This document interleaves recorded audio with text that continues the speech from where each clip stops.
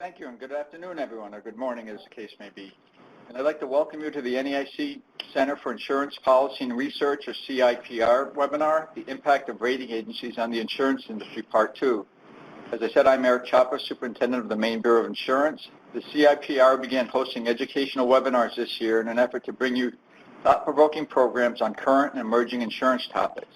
In addition to hosting webinars, the CIPR has events at each NAIC national meeting and at the Insurance Summit, publishes a quarterly newsletter as well as research studies to provide regulators and the general public with information on developing trends in the insurance industry and enhance the awareness of understanding of key insurance issues. On this educational webinar, the CIPR is pleased to be partnering with the National Conference of Insurance Legislators, or NCOIL. We are here today to continue our review of the history and role of rating agencies in the insurance industry and insurance regulation. The purpose of this two-part webinar is to help promote a better understanding of rating organizations and the prominence of their risk assessments enjoying the insurance market. Rating agency actions are watched closely and can significantly affect an insurer's ability to attract and retain business.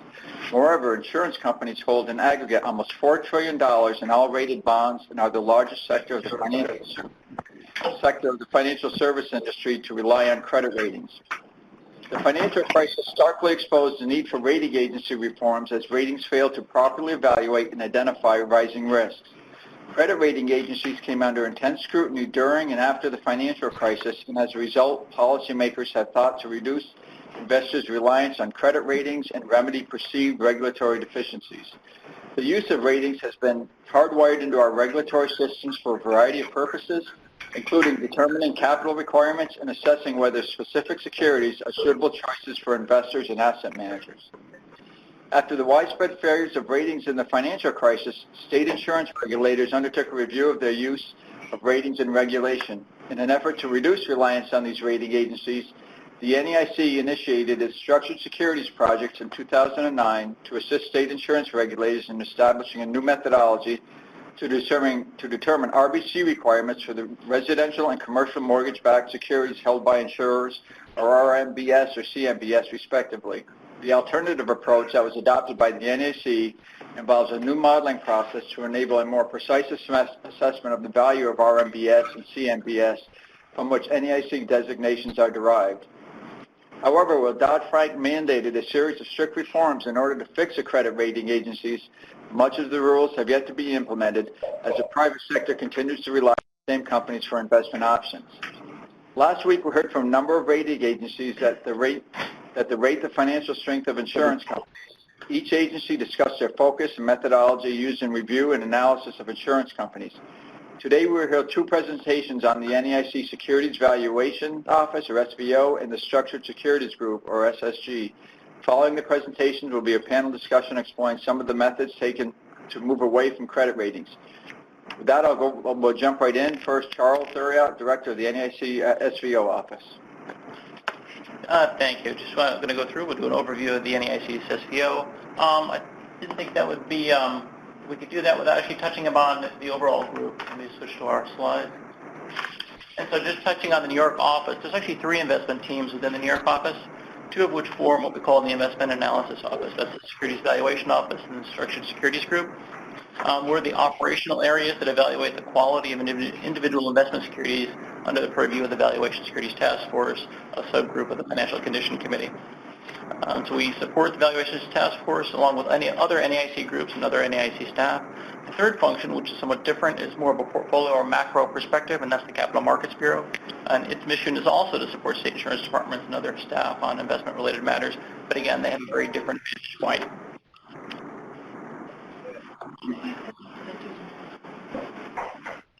I would just do a quick housekeeping for the presenters. If you could mute your phones as we're going through the materials, we are getting some background noise.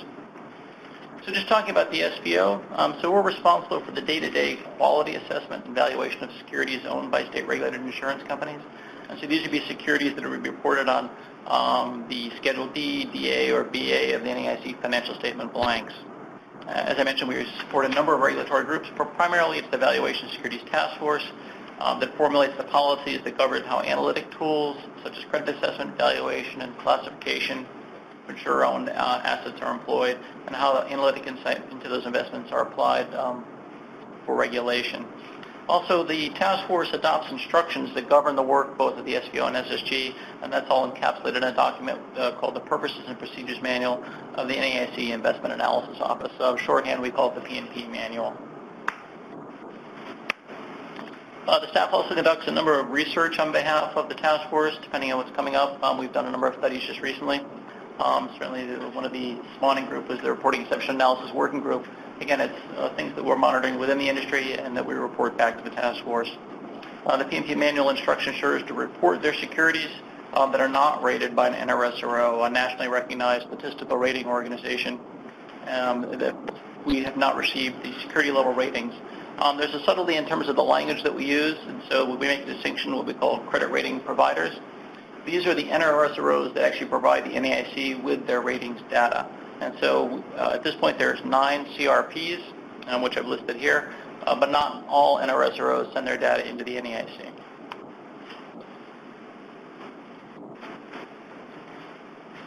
The SVO uses the CRP rating information in a number of ways. Analysts may utilize the research, either the issuer rating analysis, sector trends, and various industry asset class methodologies that any of the NRSROs may publish. Securities that are not rated by an NAIC credit rating provider and are not covered underneath other instructions in the P manual must be filed for analysis by the SVO analyst to receive a designation. However, for securities that are rated by an NAIC credit rating provider, and again, aren't underneath other instructions in the P manual, can have those ratings translated into a designation. It's this translation process into an NAIC designation, which is one of several exception processes that we call filing exempt. And the whole instructions for this are again detailed in the P manual. The general process is all 9 CRP feeds are required for any translation into an NAIC designation. The eligible CRP ratings are ordered according to their translated NAIC equivalent, sequenced from highest to lowest, with the second to the lowest translated rating used for the conversion into an NAIC designation. There are a few exceptions. Special rating systems are excluded, and also ratings that don't pertain to both the payment of principal and interest or dividends are excluded unless it's an IO or PO security. I've just included a quick chart just of the 3 NRSROs or CRPs, but there's translations for all 9, but this gives an example of how those translate into our NAIC designations 1 through 6.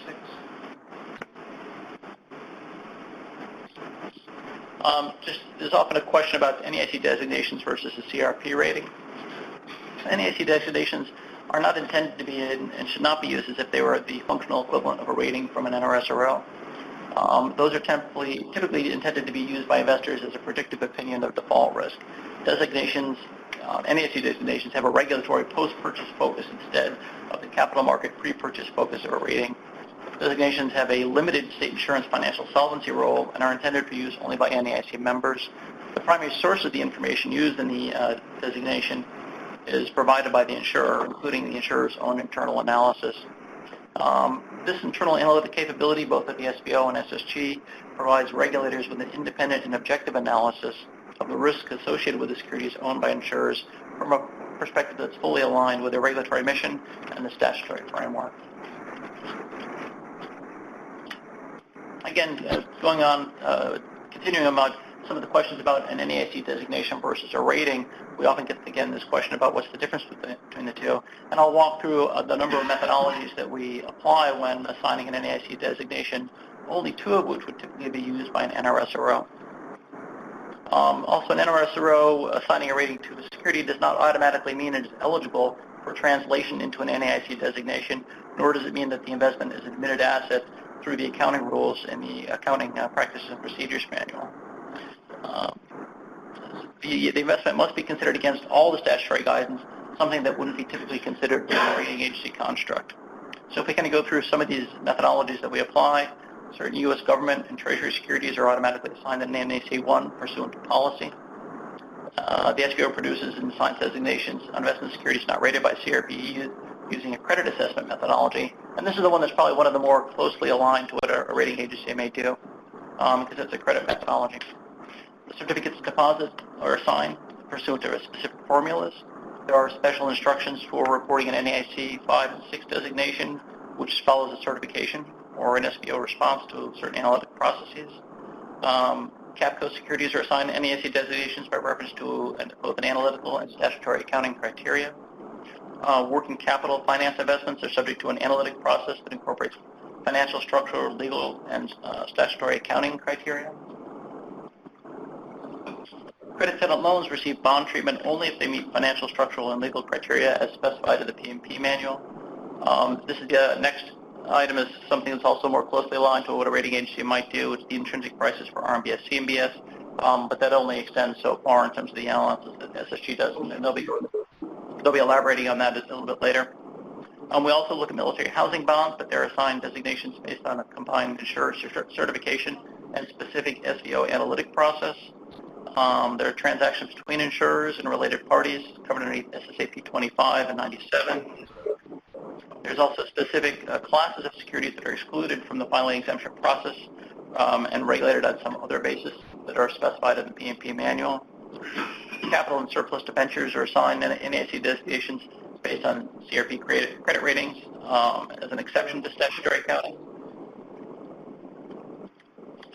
And the last few things, there's also special instructions in the manual regarding specific NAIC designations, including even requiring us to decline assigning a designation. And new investments or other securities that may have adjustments to it, such as various notching that we may do for risks other than payment that we'll incorporate in because of other NAIC reporting framework. So you can see there's many methodologies that the NAIC analysts and the SBO utilizes to assign a designation. Only a few of those align directly to what a rating agency may do. With that, I'll turn it over to Eric Kolczynski from our Structured Securities Group. Thank you, Charles. And before we turn it over to Eric, I wanted to go ahead and do first point, and also remind everyone to put their phone lines on mute. There is a little bit of feedback in the background, but once again, please, the phone line or the first polling question is open. It is in 2004, the NAIC adopted the filing exempt FE rule, granting an exemption from filing with the SBO for bonds and preferred stock that have been assigned a current monitored rating by an NRSRO. Under the FE rule, the nationally recognized statistic rating organization, NRSRO's rating, is converted to the equivalent NAIC designation for reporting and reserving purposes. And we have true and false, and it looks like right now we have about 70 people that have responded. Please remember to respond, as we will be using these polling questions as for verification purposes, and we will be closing this poll momentarily. I see about 100 people have responded right now, so and we'll be closing this out in just a few moments. And it looks like right now, Charles, we've got about 120 responses, and about 93% of those are coming in as true. All right, I'm going to go ahead and close that polling question, and we will go ahead and move on to our next presenter, Eric Kolczynski, the Director of the NAIC Structured Securities Group. All right, Eric. Thanks, Brandon. Good morning, good afternoon, everyone. My name is Eric Kolczynski. I'll be taking you through the next presentation, an introduction to Structured Securities Group. If you turn to slide 3, I'm going to go fairly quickly through this because I think we have a great panel discussion afterwards. So Structured Securities Group was formed in 2013, is housed in the NAIC's New York office. Our primary function is to oversee the valuation and analysis of the RMBS and CMBS that are held by insurance companies.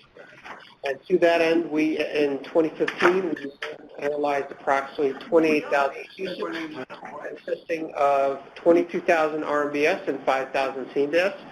And again, on a housekeeping note, if folks could put their phones or their on mute, that would be greatly appreciated. We're getting some background noise here. Please turn to the next slide, slide 4, and I'll quickly talk about the history of SSG. The project started in 2009 as the NAIC responded to a lot of deterioration in ratings and the housing markets. And in 2009, we took over the analysis of the RMBS. In 2010, we started analysis of CMBS, and finally in 2013, the group was formed with the permanent function of analyzing securities. If you turn to slide 5, you'll see a brief overview of all the structured securities or types that are owned by insurance companies.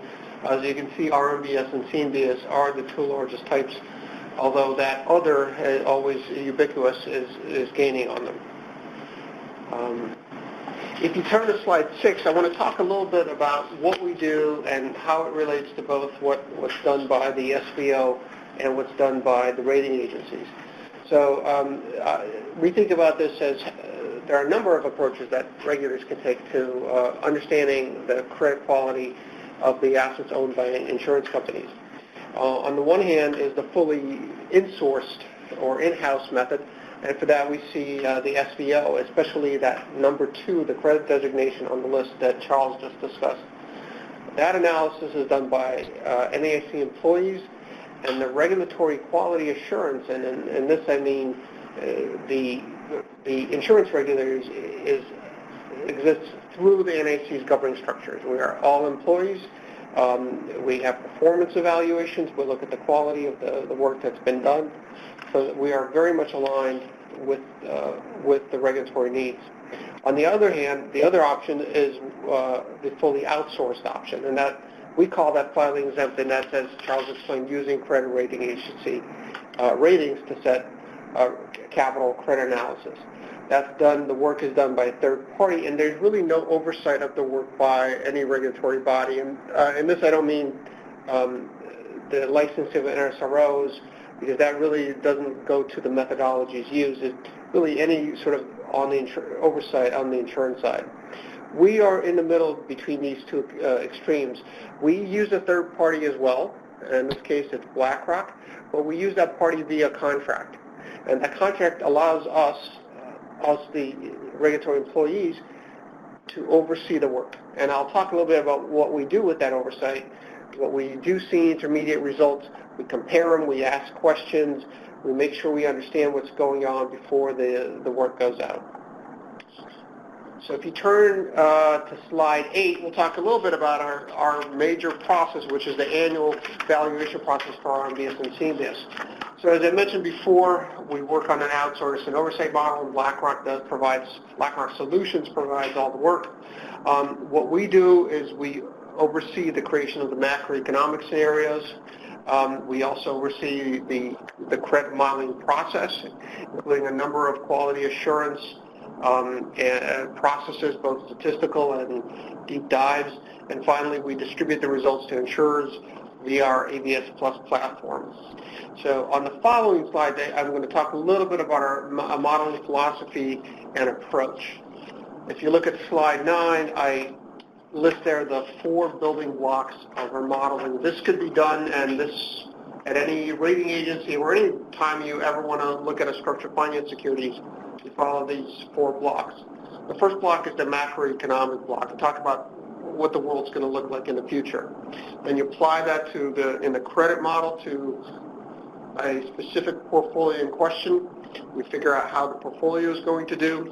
You move those results to the waterfall model, where you allocate that performance among various tranches. And the last step is the valuation step, where you try to understand what that performance means. And I'm going to talk a little bit about these in step by step. If you turn to slide 10, it's the macroeconomic model. And the macroeconomic model answers the question, what's going to happen in the world? And in this case, we're not interested in how the bond performs yet. We're going to think about what we think the world's going to look like in the future. So in our case, we project relevant macroeconomic variables. For example, in RMBS, we project home price appreciation indices through 4 scenarios. And we'll use these macroeconomic scenarios in the next step on slide 11 to answer the question, in a given environment, base case, stress case, very conservative case, what happens to the pool? So we apply those macroeconomic variables to loan by loan, to each loan in the pool, and in this step we determine how the pool performs in a given macroeconomic scenario. So the result of this step is loan interest payments, loan principal payments on an aggregate basis, and losses for a given pool. Once we know that, we take the next step on slide 12, which is a waterfall model. So in this case, we take the output of the loan pool, and we allocate those cash flows to the various tranches. The key about structured finance is it is structured, and various different tranches, as shown in the illustrative MBS trusts on the page, have different rights to principal, interest, and loss allocation. And so we see, given a pool performance, how does this particular interest that the investor holds, how does that perform? Lastly, on slide 13, we approach the valuation model. And this is just really taking a lot of data that we've generated for each tranche. From the last step, we would have a principal cash flow, an interest cash flow, a loss cash flow. What do we do with that? How do we distill it to an interesting piece of information? For rating agencies, that's usually one of 20 distinct values. For us, we apply the model that's at the bottom of the page, which is 1 minus the discounted principal loss, discounted by the weighted average coupon, and to determine what we call the intrinsic price. And a number of things can be done, but that's the one we have chosen. At this point, I will end my presentation. I know there's a question that came in even prior to our discussion, and that had to do with the market environment for RMBS and CMBS was much different when the model was developed, when many bonds were valued at significant discounts than they are today. What assurances do we have that the model still works? Now, this model we spoke about here, it's agnostic as to what the purchase price is. That purchase price adjustment is within the accounting rules and to set capital. So when we analyze a bond, we really are looking at it at any carrying value, and we're just looking at pure credit analysis. And this is a process that's done in some form or another at every place: rating agencies, sell-side banks, buy-side investors. So we're very much similar to that. That concludes my presentation, and again, so hopefully we'll have more time for the panel discussion. Thank you very much, and I'll turn it over to Brandon now. Thank you. All right, thank you, Eric. We're going to go ahead and open up our second poll. Please, everybody, remember that these are used for verification purposes, so please remember to submit your questions. The first question is, in 2009, initiated its securities project to assist state insurance regulators in establishing a new methodology to determine RBC requirements for the residential securities and commercial mortgage-backed security market held by insurers. The alternative approach that was adopted by the NAIC involves a new modeling process to enable more precise assessment of the in CMBS, from which the NAIC designations are derived. So, and it looks like we are coming in at 99% true, Eric. So I'm going to close out the poll question, and I believe we are going into our panel discussion. Correct. Great, thank you. And this is Eric Kolchinsky again. I have the pleasure of introducing briefly our panelists for this afternoon session. Let me start with Superintendent Chapa, who spoke before. He is not only the superintendent of the Maine Bureau of Insurance, but he's also the NAIC Secretary Treasurer, as well as the chair of the Financial Conditions E-Committee. So thank you for being us here today. I also have within our New York offices Mark Adelson, who is the editor of the Journal of Structured Finance, as well as a financial independent consultant. He had previously worked at a number of institutions, including Nomura, S&P, and Moody's. On the phone with us, we have Lieutenant Colonel Michael Barth, Ph.D., who is a professor at the Citadel, the Military College of South Carolina. We also have Tom Considine, who is the former commissioner of insurance for the state of New Jersey and currently the CEO of the National Conference of Insurance Legislators, NCOIL. And finally, we have Andrew Edelsberg, who is the Senior Director in the Financial Institutions Group of the Kroll Bond Rating Agency. I want to welcome all of you to our panel discussion today, and thank you for being with us. With that, I'm going to just go through a couple of questions here. And again, on topic here. The credit rating agencies received a great deal of attention during the financial crisis for failing to properly rate certain structured securities. Consequently, as part of Dodd-Frank Wall Street Reform and Consumer Protection Act, Congress called for eliminating regulatory reliance on credit ratings in financial regulation. Can you discuss some of the regulatory alternatives introduced to lessen the reliance on rating agencies? Is there anything that rating agencies could do to increase the quality of ratings? Are there alternatives to rating agencies? So first, I'd like to ask Professor Barth. I was wondering if you could, as an academic, could you please discuss the credit rating agencies? Thank you.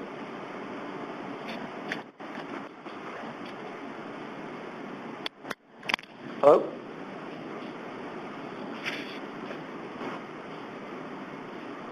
Is there a mute?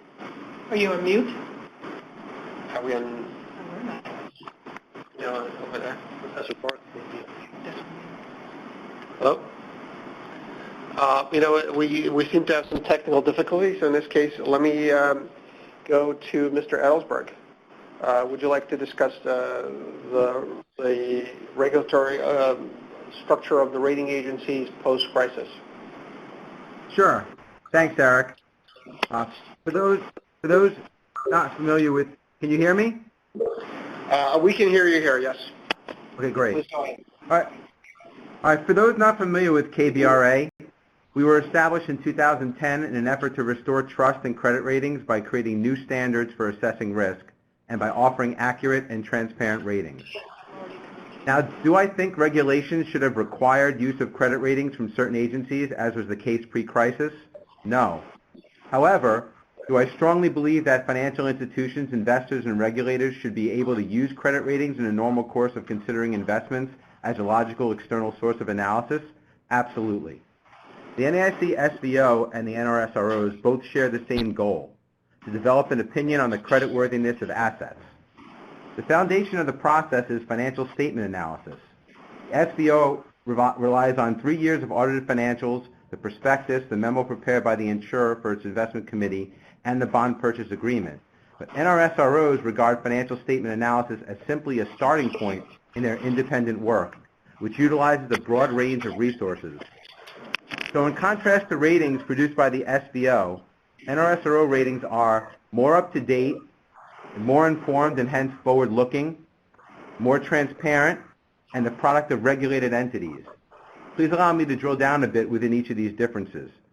SVO-derived designations and annual updates are based on annual statement data for the issuer, which means that by the time they're reported by insurers on their own statutory statements, the ratings are based on information that is a full year older than that of the NRSRO rating. So our ratings are more current. Secondly, NRSRO ratings are based on far more information drawn from more extensive resources than the limited information used by the SVO.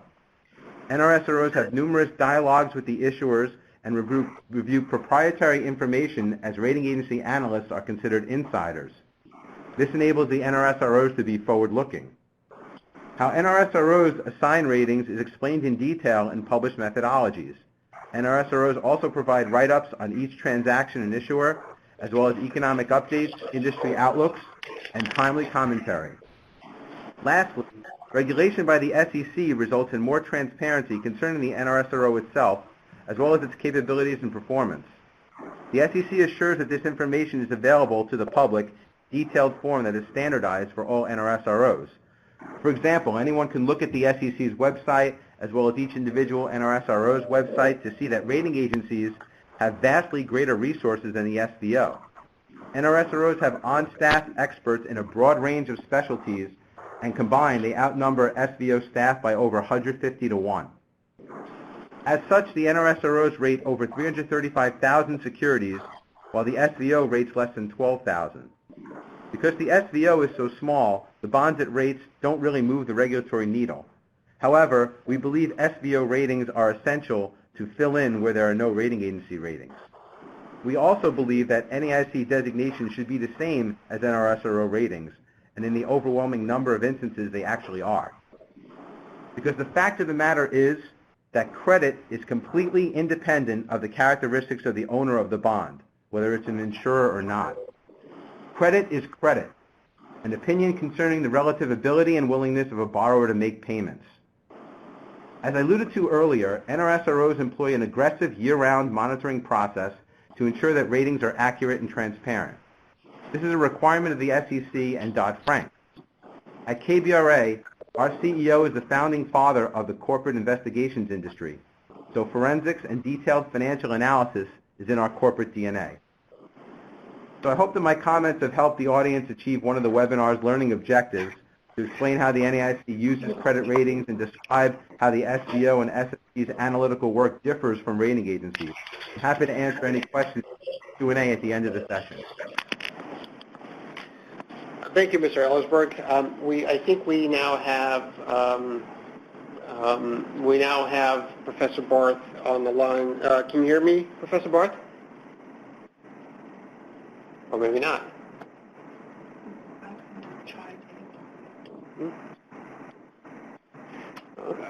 So, you know what, we will move along. Maybe I'll come back and once we maybe work through some of these technical difficulties. Let me move on to the second question,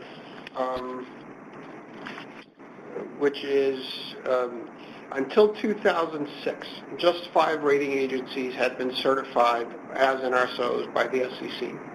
The U.S. Congress, in order to increase competition, improve transparency, and reduce barriers to entry, eliminate the SEC's then existing no action process and passed the Credit Rating Agency Reform Act.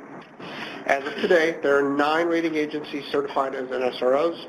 In addition, in December 2015, the National Conference of Insurance Legislators, NCOIL, passed a resolution in support of the state's authority as the primary regulator of insurance companies and urged each state to foster competition, ensure ratings to benefit consumers. So let me turn this over a question to Commissioner Considine.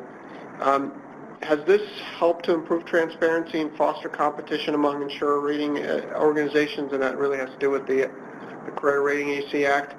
Is increased competition good or bad?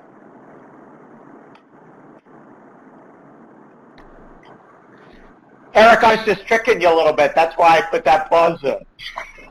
Oh. You could have laughed there a little bit, Eric. It was a little practical joke. Sorry. So, thanks for having me on here, and it's great for NCOIL to participate in this with the NAIC, and it shows that the state legislative function and regulatory function really do need to stand together for state regulation and the primacy of state regulation, as we see efforts on the federal side and increasingly on the international side to encroach on state regulation. So that's been a concerted effort on the part of NCOIL and the NAIC, starting this year, and this is yet another sign of that. So thanks for that.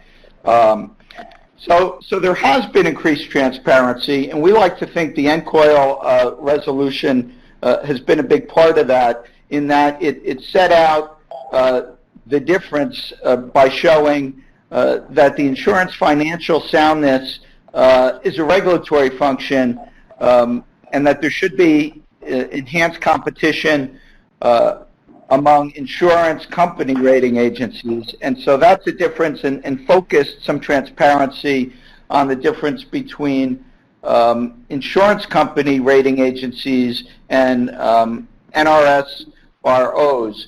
And so that leads to the second part of the question: is competition a good thing or a bad thing? And it really leads to the type of transaction. So for insurance company rating agencies, competition is a good thing in terms of rating agencies for insurance companies, because that's more of a long tail situation. And the proof will be in the pudding in terms of claims paying abilities.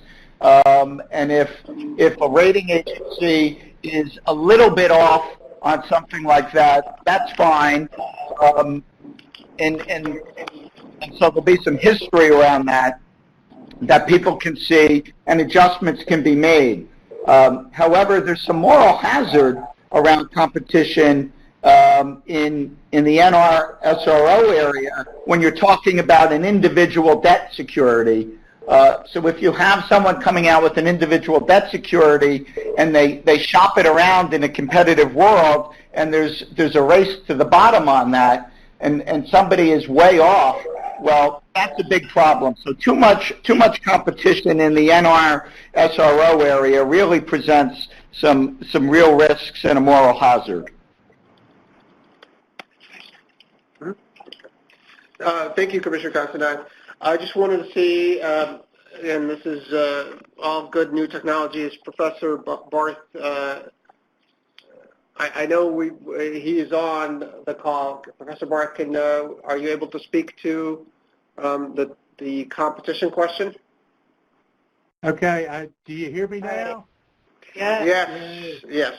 Okay. Thank you. Well, I'm used to chalkboard, so this is a little bit different.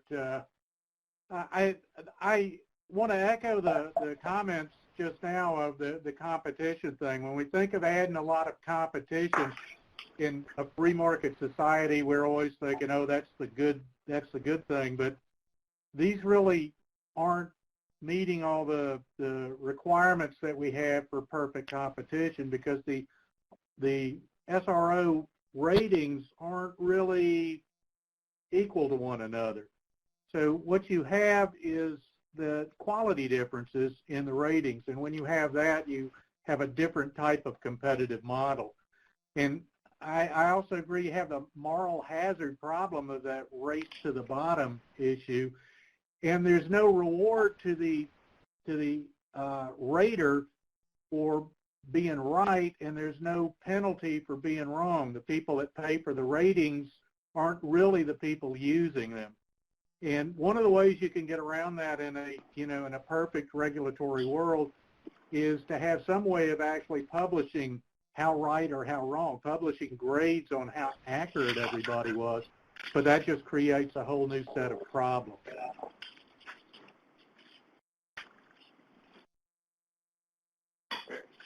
Thank you, Professor Barth. I was just wondering if we come back, since we have you, and back to the question one, which is the financial crisis, and talking about the alternatives to rating agencies or for regulators. Can you speak to that as well? I'd be glad to. One of the problems, I think one of the other presenters also mentioned, is how many securities are out there that are being rated. If you were going to have let's just toss out the SBO office being having to do all the ratings for these thousands upon thousands of securities that actually don't require any specialty expertise on a regulator's part, it'd be inefficient. So doing away with the ratings is not exactly the optimal answer. The securities have to be evaluated in some way, shape, or form, and by and large, having rating agencies, they do have expertise.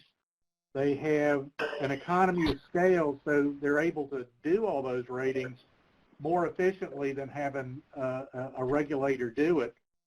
To simply do away with any form of rating out there, that's not really a solution.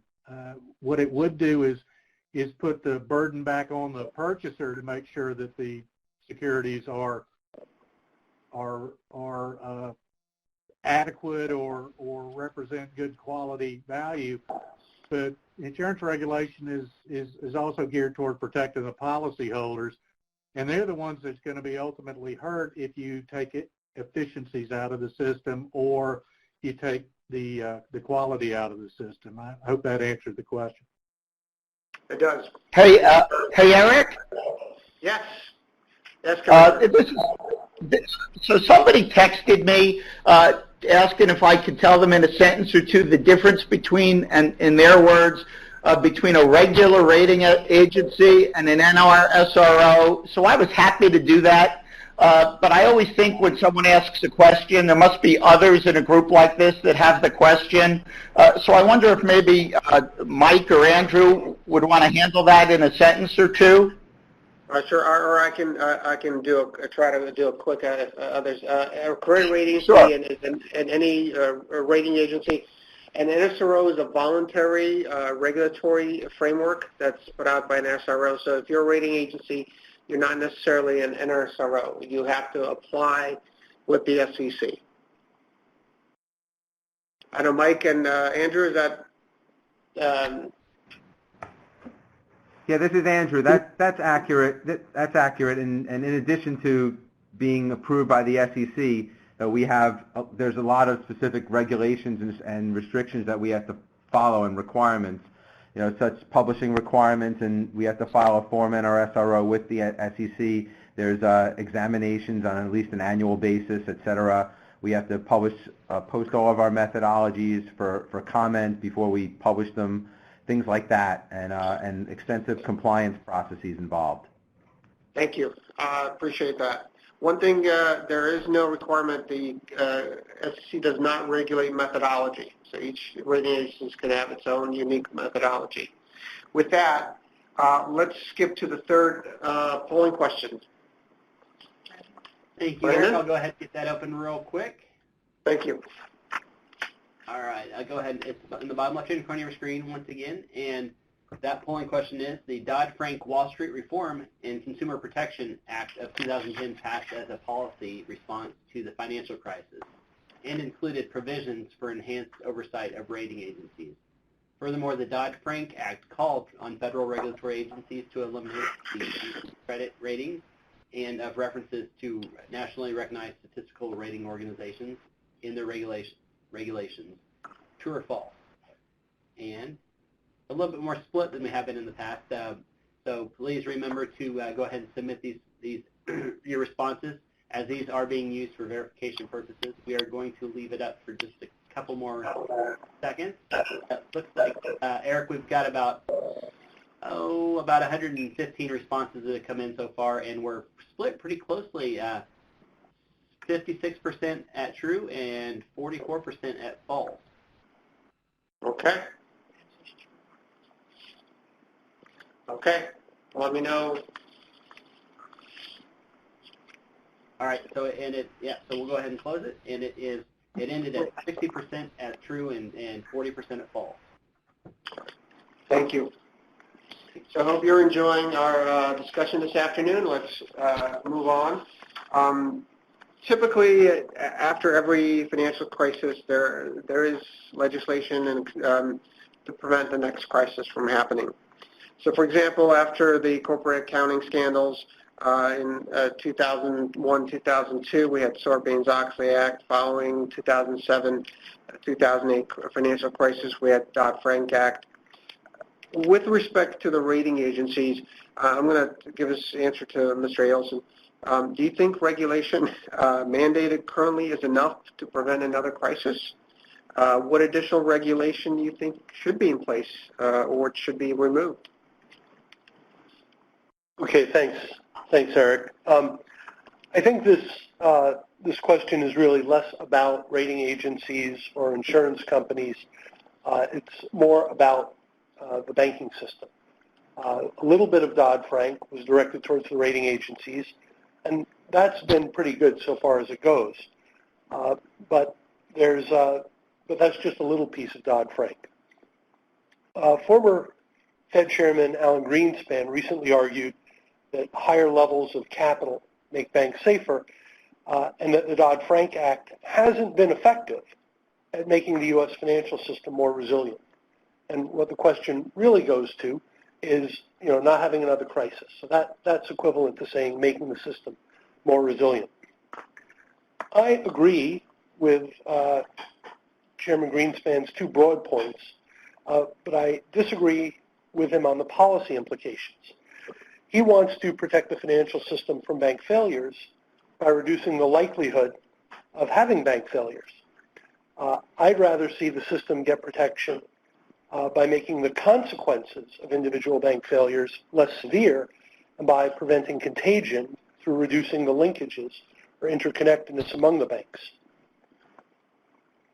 I could envision reducing the consequences of individual bank failures by making the banks smaller and keeping them smaller through a policy of breaking up large institutions. I'd reduce the linkages between them by restricting banks' activities. They focus primarily on providing financial services to businesses and households in the real economy rather than doing business with each other. Now, some of this kind of echoes what Professor Barth said a few minutes ago, because the idea of, the banking industry now has lots of concentration with market power and influence highly concentrated in the hands of a small number of huge institutions. So that kind of situation is sort of antithetical to competition and capitalism. I'm not an academic, but I'll go out on a limb and say that in order for Adam Smith's invisible hand to optimally allocate society's productive resources, essential conditions have to be satisfied. And these include having a sufficient number of firms in an industry so that competition can allow supply and demand to operate. Another essential condition, and this goes to the very heart of it, is that we have to allow sub-performing firms to fail, so that we can't have a system that won't allow failure. When a sub-performing business fails, its productive resources get allocated to better and higher use under new managers at a new firm. So this idea of more competition, healthier, competitive environment is where Dodd-Frank falls down. It made a lot of very complicated regulations.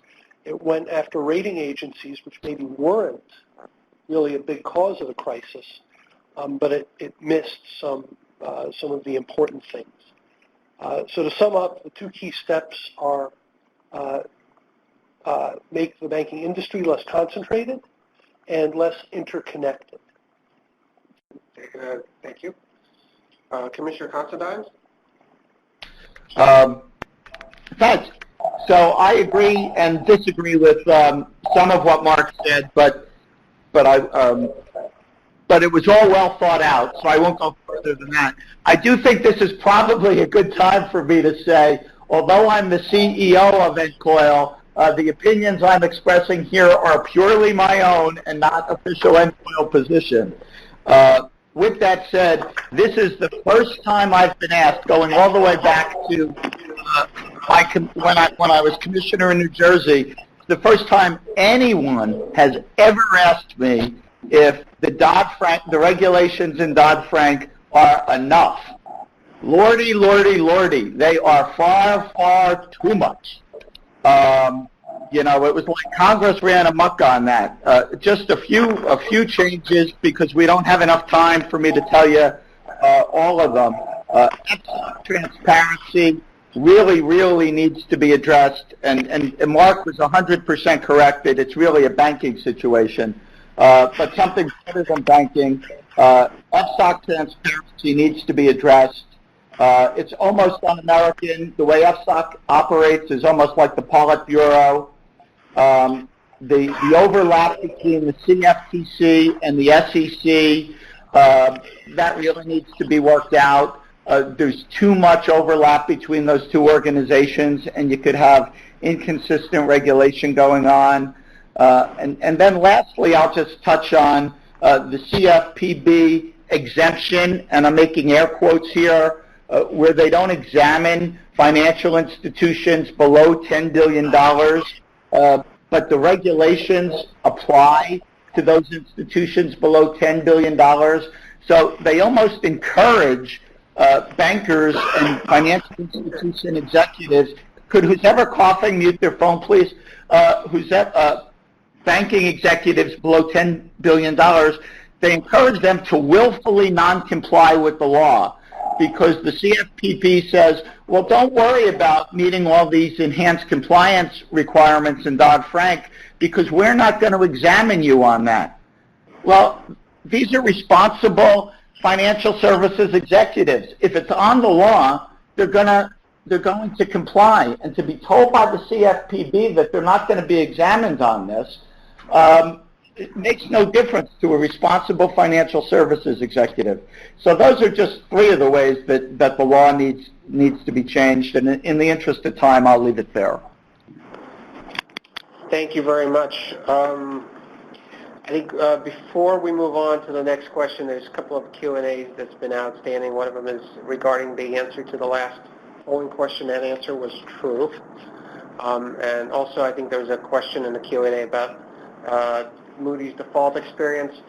We don't have Moody's here on the call, but as a former Moody's analyst, I can tell you, if you go to their website, they do publish, and most rating agencies do publish their default experience. And if you go to the web, they have to. That is the one area you can go. So with that, we're having a very good discussion. I think there's a lot of strong views here. So let's move on to the next question. And now we're really getting into more of NAIC focused. The rating agency working group of the NAIC Financial E-Committee was formed in 2009 and charged with conducting a comprehensive evaluation of state insurance regulatory use of credit rating agency credit ratings. Now, the group has since been disbanded, but I wanted to see, we have we have a current superintendent, we have a former commissioner. Can you discuss some of the past efforts of the working group towards charge? And this is a question for Superintendent Chapa. Can you discuss some of the efforts where they've gone well and right?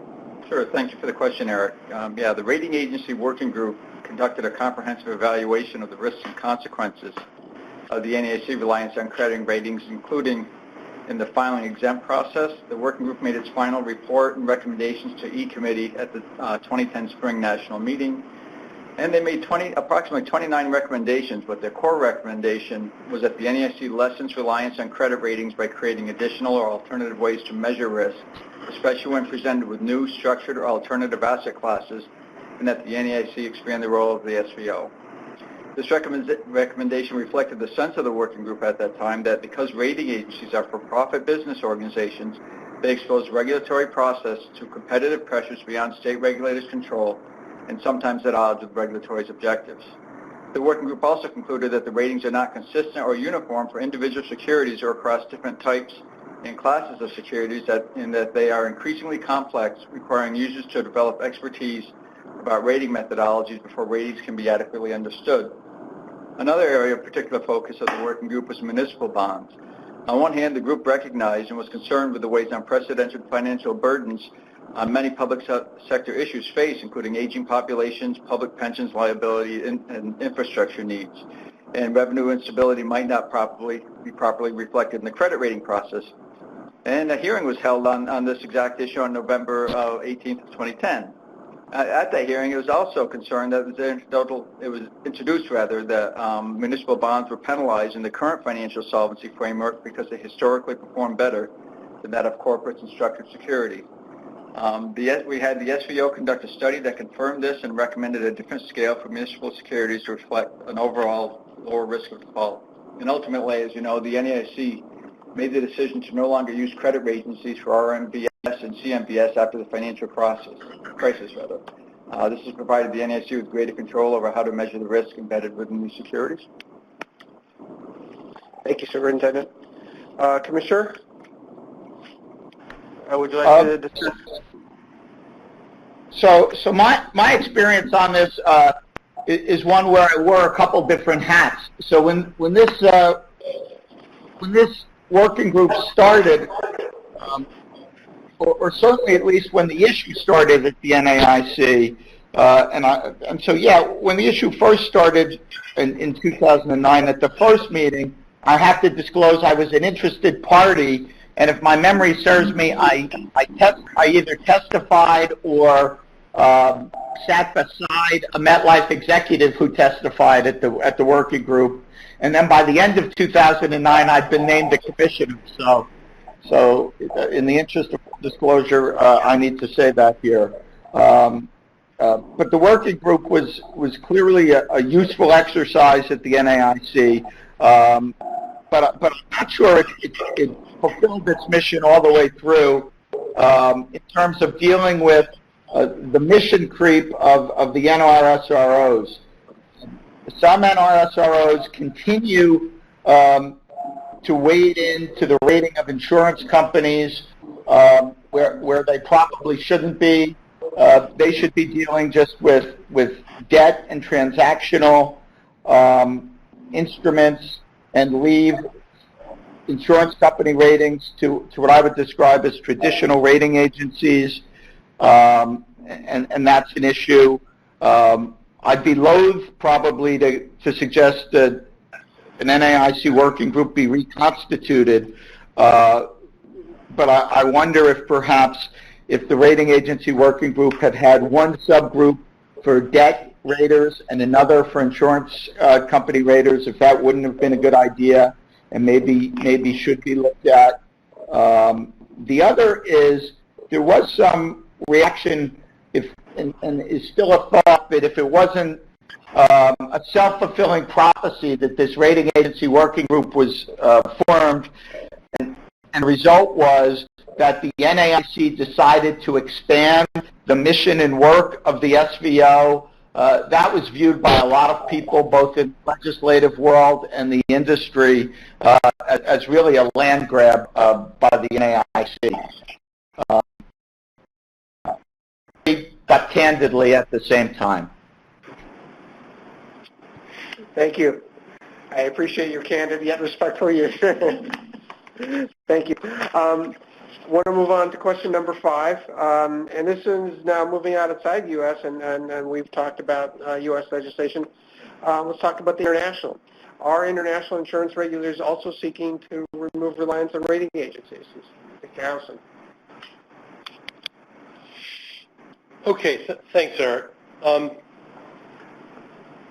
So it's interesting to view this as a contrast to the U.S. because what Superintendent Chiappa said a few minutes ago about the decision to try and move the insurance industry's use of ratings to be less, that was just news to me. But still, the comparison to Europe is instructive. So Europe, at least outwardly, appears to be moving in the opposite direction. It's still heavy reliance on ratings, both in the bank capital guidelines and in the Solvency II insurance regulations. As we discussed before, the danger one dimension of the danger of the regulatory use of ratings is that it presumes that ratings from different rating agencies are interchangeable, and it thereby promotes the view that ratings are fungible across rating agencies. And as I think it was Professor Barth discussed, that isn't necessarily right. Maybe, Eric, you discussed a quality difference. That can't be overlooked. So the idea of fungibility promotes the very corrosive behavior on the part of bankers and issuers of rating shopping, which in turn promotes the ultimate problem, competitive laxity. Rating agencies hoping to increase market share and revenue by having easier standards than the next one. Nonetheless, the fact that Europe is heading or is using ratings heavily in its regulations isn't crazy, because they've taken some key steps to try and reduce the danger in ways that are very different than how we've approached in the U.S. First, the European regulations on the rating agencies are notably more strict than the U.S. regulations. We've noted already that the U.S. regulators can't regulate rating methodologies, but European regulations say absolutely, positively, point blank, rating methodologies must be rigorous, systematic, continuous, and subject to validation based on historical experience, including backtesting. If they're not, if the methodologies don't meet those attributes, they're in violation. Second, European regulations also require annual reviews of analytic methodologies, as well as monitoring the impact of macroeconomic and financial market conditions on credit ratings and methodologies. Third, and this is specific to securitizations, Europe requires 2 ratings. Now, one of the very positive things about the way the NAIC uses ratings is that it uses ratings, it places greatest reliance where ratings work very well. So that's corporate sovereign, sub-sovereign government debt, but no longer relies on credit ratings on mortgage-backed securities where they didn't perform well. The idea of using two ratings on securitizations is intended to address that, and indeed there's some academic studies that indicate that in the U.S., back when the regulatory use of ratings started in the 30s, there was actually a notion of needing to prevent the evils that we've all learned about. Finally, going in the other direction, European lawmakers have already acted to remove ratings from their regulations in some instances where they expect they would have, where they would lead to what they call mechanistic over-reliance. So they're following the U.S. lead a little bit, and to their credit, they've already done a study to look into using alternatives altogether. If I was a betting man, I'd say that somewhere down the road, they will eventually follow the U.S. Dodd-Frank style and take the ratings out of the regulations. Thank you. Superintendent Chapman, your take on international? Thanks, Eric. And I just some context here. I'm chair of E-Committee. I'm not an expert in the European rating use of credit agencies, and so I think that context is important. And also, some of my opinions are talking to SBO staff and other regulators, seasoned regulators, as to the difference in approaches. But I think the NAIC, we have a supervisor-owned process. It's an opportunity for the regulators to place less reliance on the use of credit agencies. In particular, we use the SBO approach in credit risk assessments for solvency oversight, and that's an important distinction. It is for solvency oversight, and as Mark mentioned, Dodd-Frank, prohibits a reference of credit agencies had to be eliminated. I think that's an important distinction. And as to insurers' use of credit of investment policy, I think that the real takeaway is there shouldn't be a blind reliance on it. We're doing a lot with risk focus and enterprise risk, and we want to make sure insurers, apply those principles as well to their investments. I think that's important. Back to the European model, they use a lot of models, and that's a very complex topic. I'm kind of aware of internal models at one level, but again, I stress I'm certainly no expert on it. All right, thank you. Thank you very much. At this point, I think we have some time for Q&A. Oh, sorry, my mic was off. I think we do have some time for Q&A. So, from the panelists, would any panelists like to sort of add some value or add some thoughts on any of the questions or anything that we discussed? Or any questions from, I think we've dealt with some questions as the call went on, but we're happy to hear anything else that folks have. I know we've covered quite a lot of ground here. Eric, I don't see any questions that come in through the Q&A through the typing. So if you want, I can go ahead and open up the phone lines briefly, and we can see if anybody wants to ask. Sure. Let's do that. Okay. This is just a reminder to everybody that we will be opening up the phone lines, and there are a lot of people online today. So if you could possibly put your phone line on mute before we do open up those lines, that way it'll minimize as much distraction as possible. I am going to open up that line right now. The conference is now in talk mode. And you are now free to go ahead and ask a question if you would like.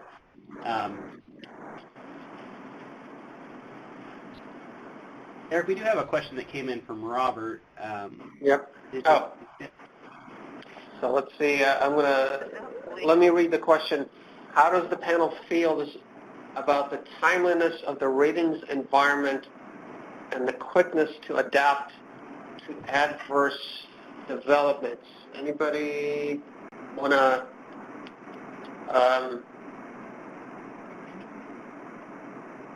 take that? This is Andrew from KBRA. I can start it off. And clearly as an NRSRO, we're required to follow companies basically on a real-time basis. So we're equipped to react on a timely basis, and sometimes we have inside information and access to mergers and acquisitions or information so that when it's announced publicly, we can take the actions necessary. Thank you. I think, Okay, yeah, this is Mark Adelson. I think it's a tricky issue because one of the things that you don't want rating agencies to do is overreact to something that is just a sudden news item that creates an emotional response. It doesn't do the market any good for ratings to fluctuate like stock prices. And I think what we all really want is, yes, rating agencies should reflect the latest available information, but it should also be a mature, thoughtful, considered view that's not driven by what Keynes called the animal spirits. So when something's going on in the market, whether, Brexit, for example, the market went crazy for a week, and then after a week it was like, so what? So I think we should want rating agencies to work a little bit slower, a little bit more methodically, and only react suddenly when there's a real fundamental change. thank you both. Any questions on the line? Okay, we have two more on the first one, at least what I'm seeing is from, can you talk about the difficulties in modeling and groupthink occurring with certain key assumptions? Ooh, anybody want to take that?